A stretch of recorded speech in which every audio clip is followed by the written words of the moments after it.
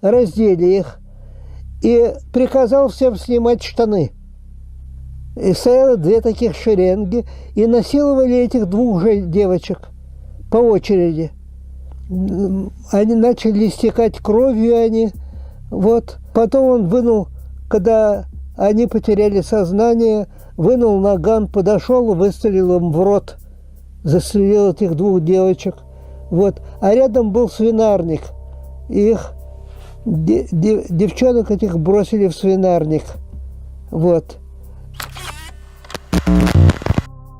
What you just heard is the horrifying memory of a Soviet veteran who witnessed an attack on German girls.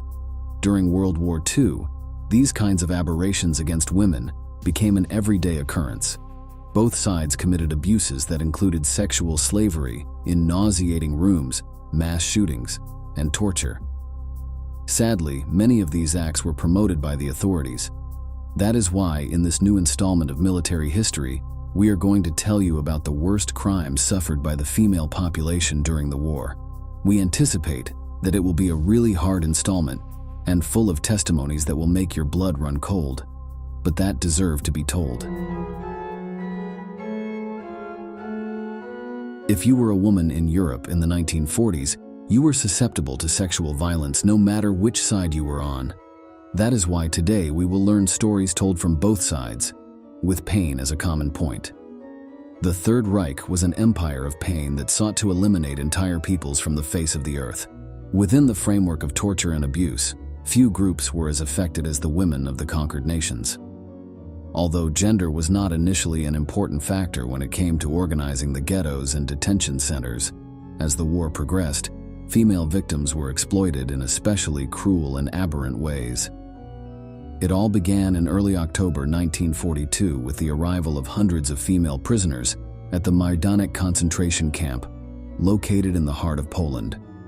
On that same date, the first Frauen Konzentrationslager was created, a separate area for housing women with the aim of transforming them into slaves to the dark appetites of officers and commanders.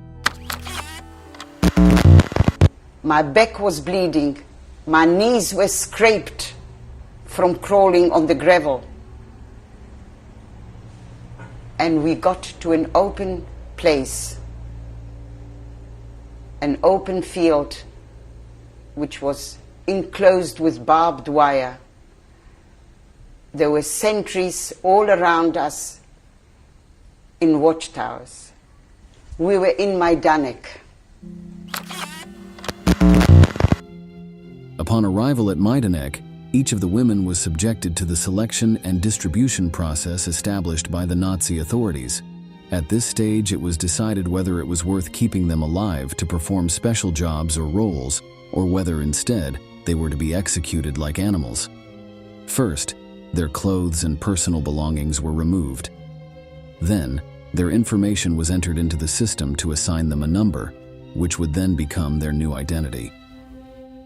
Before going to their miserable quarters, they were humiliated in disinfection showers. The prisoners had to strip in front of the male SS staff, as well as in front of prisoners who helped with the running of the place. Later, we will tell you about the dark rewards that these prisoners received for cooperating with their captors. In her testimony, survivor Jadwiga Wegzeka recounted this traumatic process.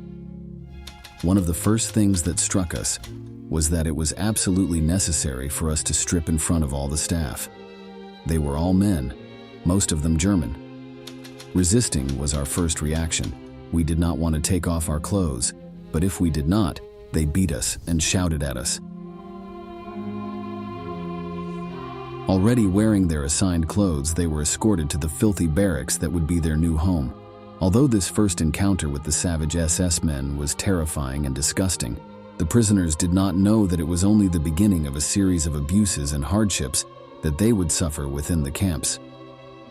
One of the darkest and most depraved secrets of Nazism is that, within concentration camps, such as Sachsenhausen, Dachau, and Auschwitz, prisoners of various ethnic origins were forced into prostitution.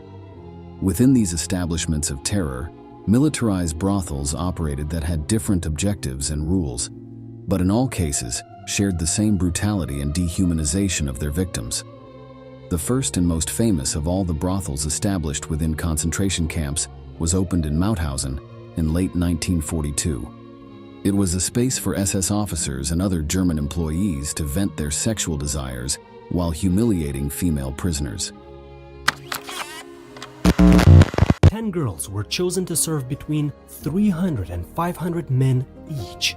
The calculation was based on the maximum stamina of the female body, with the calculation of her capability for a certain amount of time.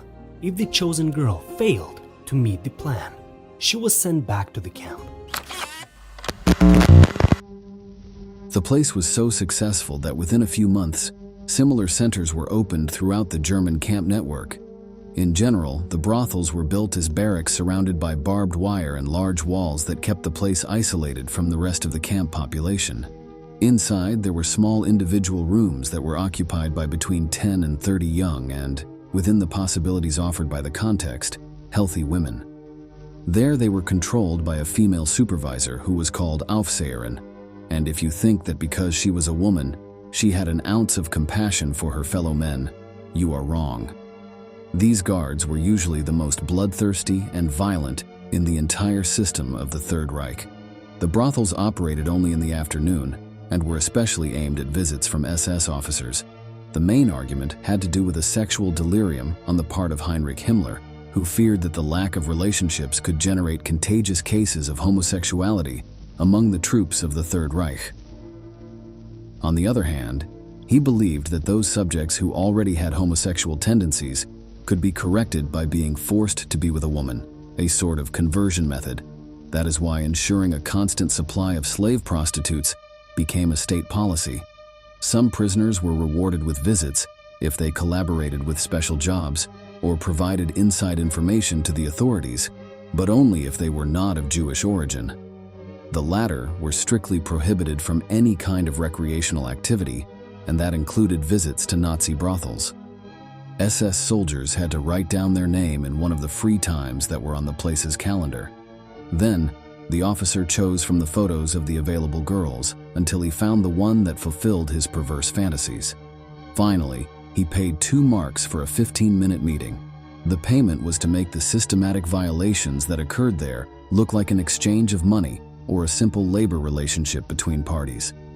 Of course, the reality was much darker.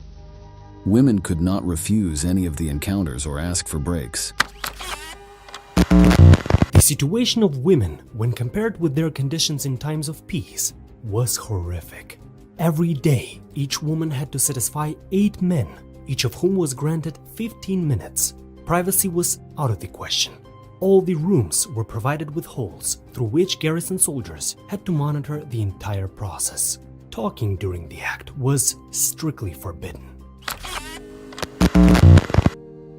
There are chilling stories that claim that, in addition to regular abuse and beatings, the most savage officers tattooed the words "country bitch" on the stomach of the victims, a mark of shame and humiliation that would accompany them for life in the miraculous event that they were able to survive this hell. Other women were forcibly sterilized or had abortions performed without any kind of sanitization of the instruments, which resulted in the loss of their reproductive capacities. Sexual encounters were multiple and violent, so women who were sent to the barracks were frequently replaced by substitutes due to severe cases of fatigue or even diseases acquired in the brothels. In the event of recovering from their ailments, they returned to the macabre rooms to await the visit of dozens of SS officers. If their condition did not improve, they were sent to the gas showers to end their lives as if they were an object that had exhausted its usefulness.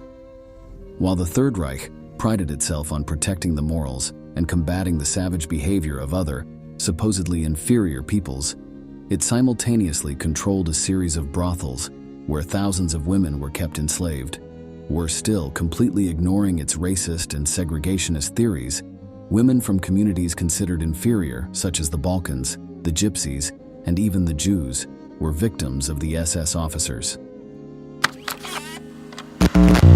Women were almost assured that if they performed their duties honestly and well for 6 months, they might even be released.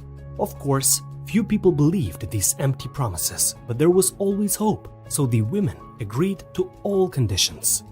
The camp brothels lasted until the end of the war and were liquidated at the same time as the concentration camps. Unfortunately, the Third Reich was not the only front that carried out atrocious activities against the female population. On the other side, there were men who were equally violent and savage. Soviet forces committed numerous crimes against women of various nationalities, but, for obvious reasons, the German women got the worst of it. It is known that the first cases of rape perpetrated by the Red Army occurred in March 1944 during the Battle of Romania, in the framework of the Budapest Offensive. There, the soldiers of Moscow unleashed months of fury and frustration against the women of the towns they were supposedly liberating from the yoke of National Socialism. From that battle onwards, the socialist advance was unstoppable and was accompanied by sexual violence. Within German territory, it is often said that the first massive attacks occurred on October 21, 1944, when Stalin's troops crossed the bridge that spans Lake Ungarap on the border between Poland and Germany. As they conquered territory in their long campaign to defeat the Third Reich, the Red Army carried out robbery, massacres, and mass rapes, crimes that were strongly motivated by a raw hatred of the enemy. In the eyes of the Soviet troops, on the other side was a heartless race that sought to conquer Europe, so it was not only valid but also necessary to commit acts of brutality to prevent those goals from being realized. Let us listen to the testimony of a Russian soldier who witnessed these atrocities. Наша пехота и танкисты сбрасывают все эти повозки, фургоны, машины в кювет. И пока они сбрасывают, солдаты срываются со своих мест и начинают насиловать женщин, немок.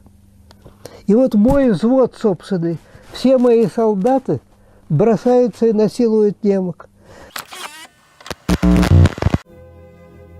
Sexual assaults against women were recorded in numerous documents that came to light several years after the war ended. Among the most important files is a letter from an anonymous Russian soldier who speaks with savage contempt towards the enemy. "We are taking revenge for everything, and our revenge is just. Fire for fire, blood for blood, death for death."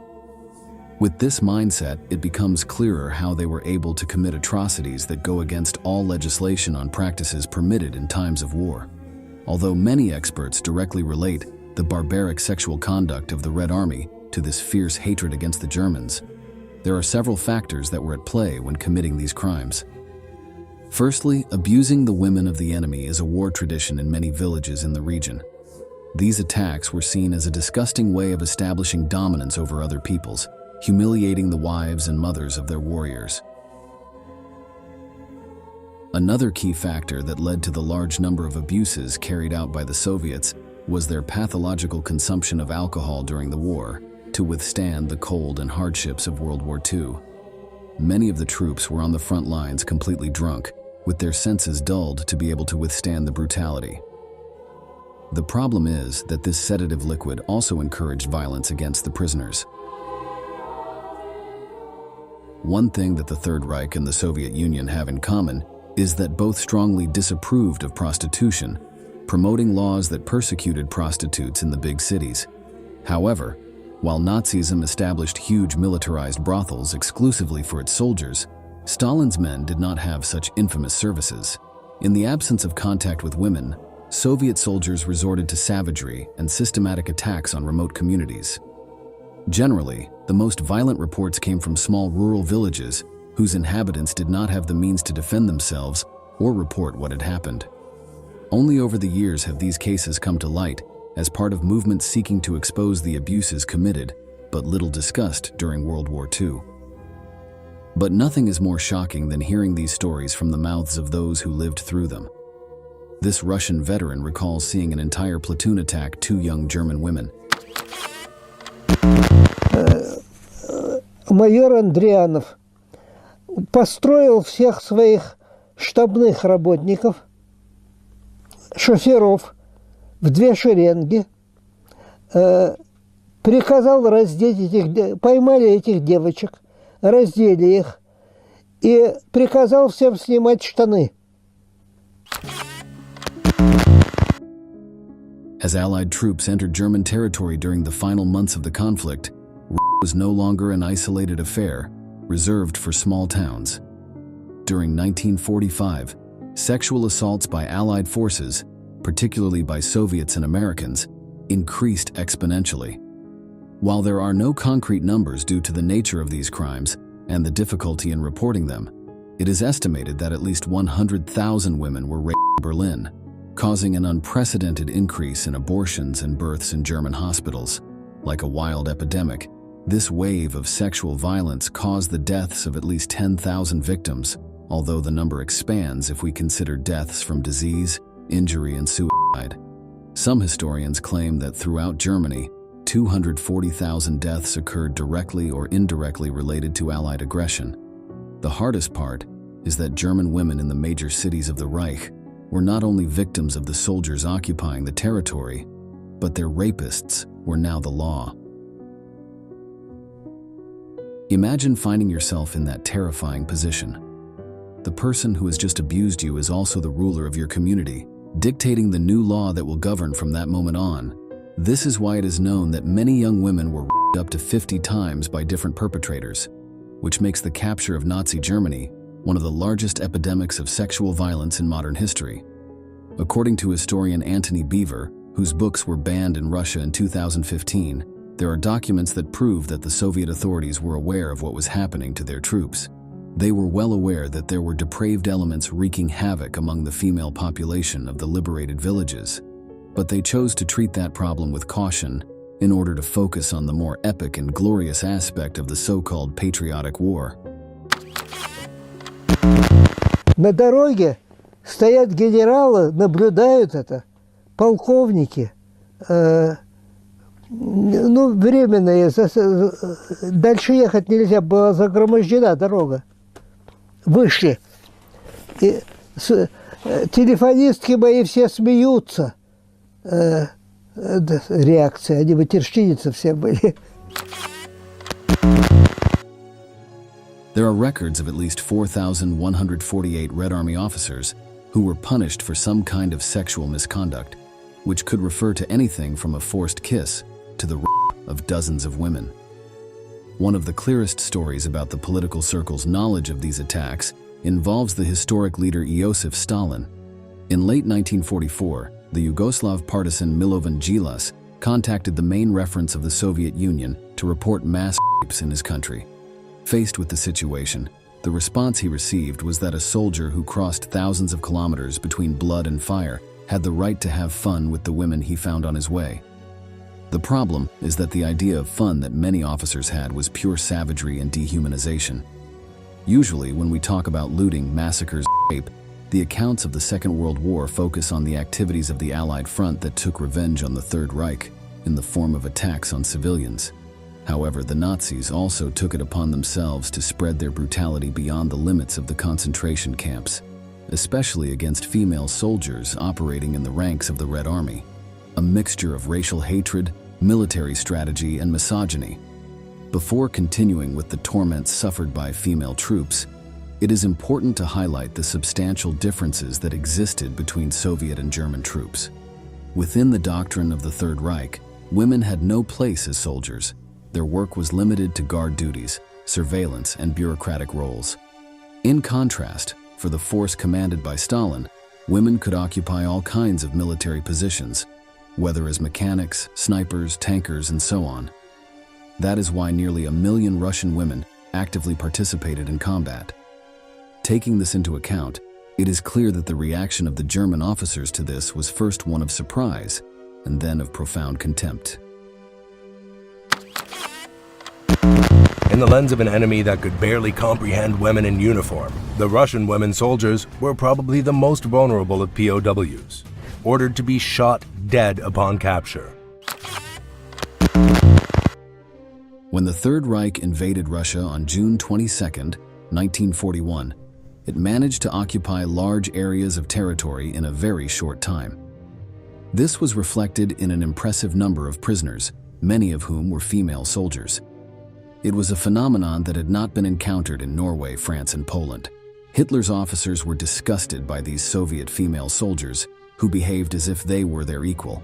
Such was the disgust that on June 29, 1941, Field Marshal Gunther von Kluge, commander of the Fourth Army, issued an order that all captured female soldiers were to be executed immediately and without any prior judicial process. In addition, it was insisted that such prisoners be tortured to obtain as much information as possible, since they were considered more likely to succumb to the macabre German interrogation tactics. Beatings, starvation, and sexual assault were part of the repertoire of Hitler's men.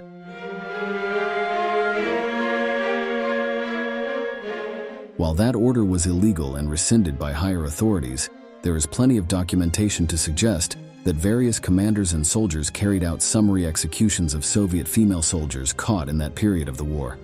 In October 1941, thousands of Russian women were captured on German soil as they were preparing for guerrilla attacks. The bravery and courage of these female warriors infuriated the Germans. Field Marshal Walter von Reichenau issued orders for them to be tortured, raped, and ultimately shot. While the Germans treated all captured Soviet prisoners inhumanely throughout the war, Russian women definitely got the short end of the stick. SS officers despised them and wanted to see them suffer at all costs, whether through abuse or humiliation.